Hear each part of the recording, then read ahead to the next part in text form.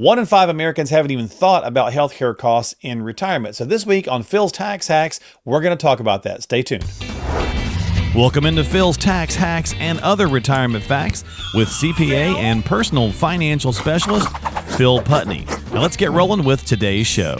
Hey everybody, welcome into the podcast. Thanks for hanging out with Phil and I as we talk investing, finance, and retirement. And retirement healthcare costs have jumped again in 2025. This is kind of an updated conversation.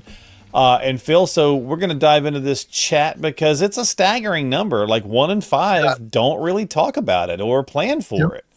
Crazy. It can be a big expense in retirement. You have to at least understand what it looks like. So well, Fidelity, again, Fidelity's on a lot of these things often. We'll put a link in it. Just released their 2025 retiree healthcare cost estimate. And the number, I think it used to be like 128,000 or something like that. A pocket is a staggering, a whopping 172,500 for a 65-year-old retiring today. So, 172.5, big number. So why does this number matter? What's some thoughts what's just your thoughts? For example, it was 80,000 in 2022, for example, based on, again, their estimate. 2002. I'm sorry. Thank you. Yeah. 80,000 in 2002. So here, 23 years later, it's basically $100,000 more. Yeah, more than doubled. So and so healthcare, number one, absolutely needs to be accounted for in your plan. Don't think of it like the same line item, so to speak, in your budget, and using that B word, pre-retirement, because it's a much different game once you get into retirement and what healthcare, how it works even. Right.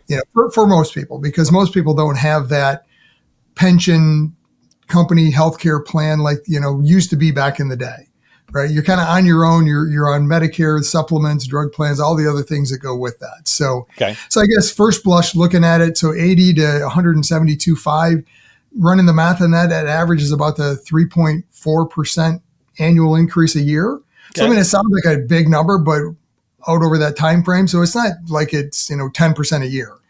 But I mean, it's still pretty significant if you compare to CPI. So general overall inflation during that same time frame was 2.6. Right. So that is something in our planning process that we're always building in, is that, hey, the healthcare component is growing much quicker than everything else. And on our plans, we actually double the cost of living adjustment inflation for healthcare based on what we're using for CPI type adjustments. So we like to err on the more conservative side, because it's at the end of the day, it's a big number. You have to plan for it and account for it, especially because it's different than when you're working. And it doesn't include long-term care. So exactly. So this number doesn't include long-term care. This is just your premiums, your co-pays, your prescriptions, traditional healthcare. Yeah, pretty staggering when you think about that a little bit too. So let's talk about some common blind spots, Phil, that you would see. Obviously, one being long-term care, right? But what's some other things here?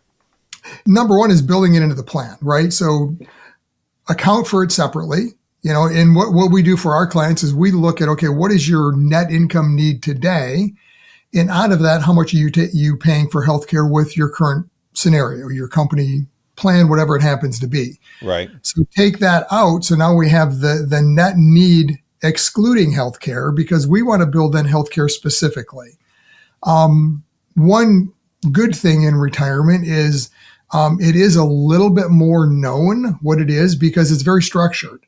Medicare, we know what it is. Part B premiums every year. Part A, most people don't have to pay for it because it's been paid for through your working years. Part A is hospitalization. Part B, you're going to have to pay for. That's it's not free. Patients.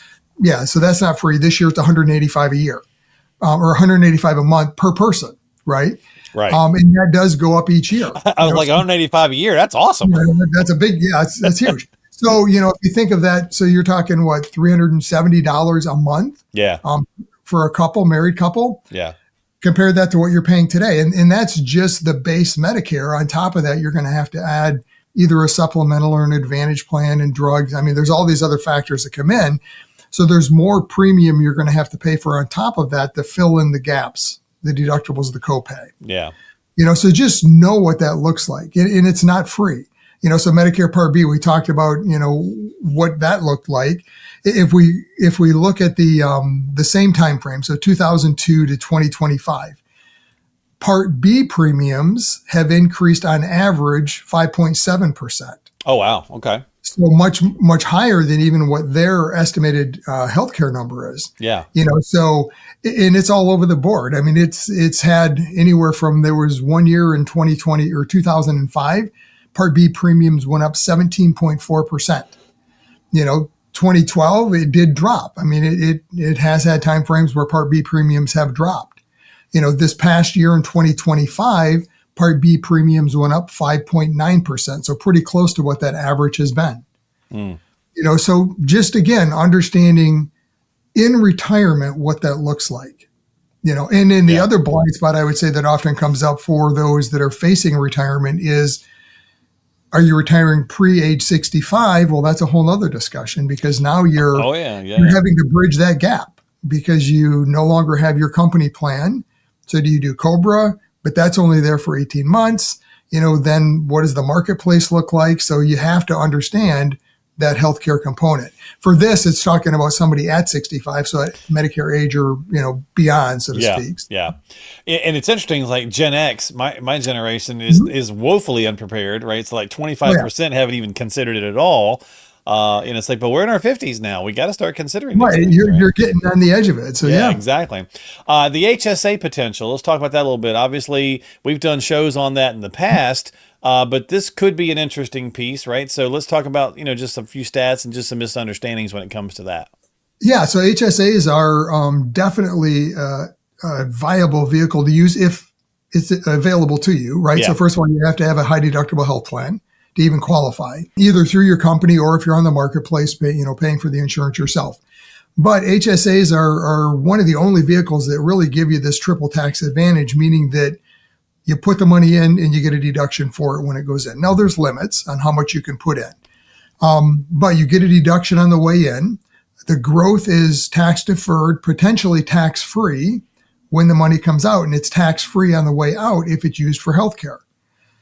So you can get a deduction on the way in, it grows tax-free, and then tax-free on the way out it's used for healthcare. So that's a huge advantage. Yeah. So if you are in a scenario where you have either currently a high deductible plan, or if we're coming up at the end of the year where now people are looking at, well, what's available next year with the company, look at that HSA, the high deductible plans, to see, does it make sense to maybe pay a little bit less premium, have more exposure, right? Because typical high deductible, you have more exposure you have to pay out of pocket. Mm-hmm. But now you're able to save money in an HSA, which then for you can be set aside for long-term for retirement. And that's my recommendation generally with the HSA is that, don't treat it like a medical spending account where you put the money in and you spend it that year. Right. Treat it like a retirement vehicle.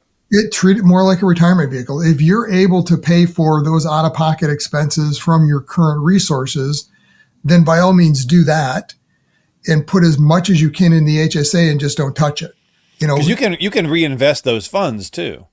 Absolutely. Yeah. Yeah. So it depends on the provider you're with, but usually once you get above a certain level, and it's not a huge number, usually it's in the 2,000 to 5,000 range. Yeah. Then you can actually start investing the money. So it doesn't have to just sit in cash where it's earning, 0.5% or something very low usually. So yeah. According to their grow long term. So yeah. According to their survey, only about 23% contribute, or their report, not survey, but only 23% contribute to an HSA for retirement. Right. And just 3 in 10 invest those funds. So right. Could be, to your point, could be an opportunity, some misunderstandings. There could be an opportunity to talk with your advisor and say, hey, how can we be, more efficient here? Right. All right. So let's talk about the Medicare complexity, right? So 37% of people expect Medicare to cover most costs, which is a misconception. Yeah. Absolutely. Yeah. So, just traditional Medicare, Part A, Part B, hospitalization, Part B doctors, outpatient visits. So the easiest one to understand is Part B because it from Medicare, traditional Medicare is an 80-20 policy, right? You're responsible for 20% of Medicare approved numbers. The challenge becomes this: unlike your 80/20 plan that you may have had in the past, there is no cap, right? So it's 20% of whatever it is. So, I mean, if you have a major medical, event and it's $100,000, well, guess what? You're on the hook for $20,000. So yeah, don't go into it thinking, well, Medicare's, it's going to cover it. It's going to cover a certain component of it, but you need to then pair that with either a supplemental plan or an advantage plan, some other private type insurance that's going to fill the gaps, so to speak, and take up some of that out of pocket that you might have. And that's where you have the flexibility of understanding, well, here's, again, similar to, your insurance policies you can get today. You want to pay a little bit more premium and have less exposure. What does that look like? So, gotcha. Yeah. So Medicare is a wildly complex scenario. Yeah. Oh, yeah. And if you're nearing age 65, you're probably getting just bombarded with, emails and postcards and all sorts of advertising on TV, that makes it even that much more confusing. So make sure you're working with somebody that knows Medicare, and is like financial planning, understanding what it is that you're trying to accomplish so they can explain the pros and cons and help you get into a plan that's right for you. So that in our team, that's Brandon, is helping our clients that are nearing that retirement age and kind of weaving through this maze of Medicare to determine what should we do. The Tax Smart Retiree is your comprehensive guide to mastering tax efficiency for a flourishing retirement. You will find indispensable advice and actionable strategies designed to enhance tax savings, maximize Social Security benefits, protect against market volatility, and develop a customized retirement plan. To get your free ebook, click the link in the show notes of today's episode and download your copy of the Tax Smart Retiree right now. Yeah, and it's interesting, again, based on this piece from Fidelity here, about 55% of the people say they just think it's going to be difficult to even do. So they get stressed out about even enrolling. So getting some help could certainly maybe ease some of that stress as well. Yep. All right, strategies to reduce the burden, Phil. What you got? Save early. I mean, it's like anything in retirement. We talked about, so the HSA, that's a great place to start. Yeah. If you have a high deductible plan, absolutely start doing that. Putting as much as away in there as you can and letting it grow, because it's going to be taken out tax-free in retirement. And surprise you even in here, you're seeing, well, yeah, medical expenses are going to be a big component of your retirement budget.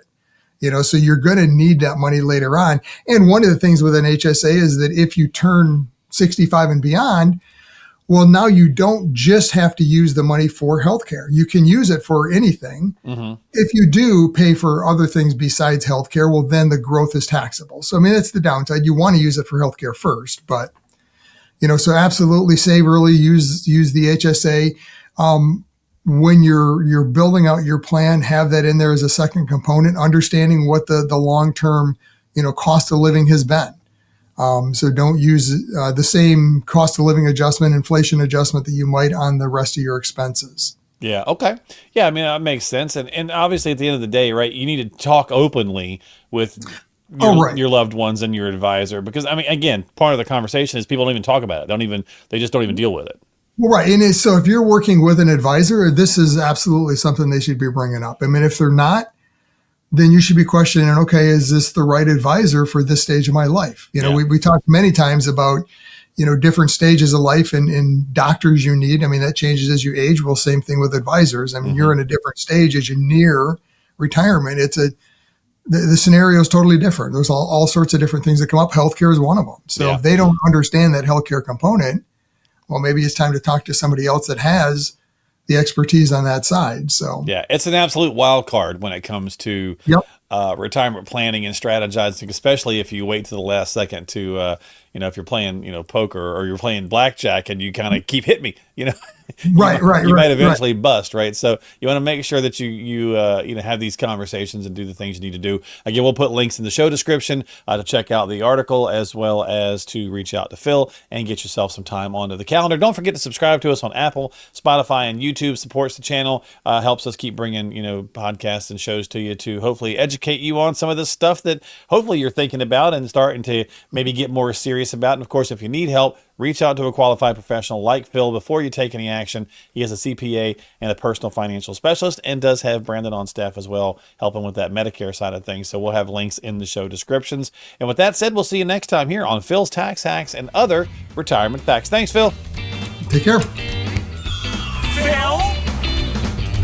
Investment advisory services offered through AFS Wealth Management. The content of this program is provided for informational purposes only and is not a solicitation or recommendation of any investment strategy. Investments and/or investment strategies involve risk, including the possible loss of principal. There is no assurance that any investment strategy will achieve its objectives.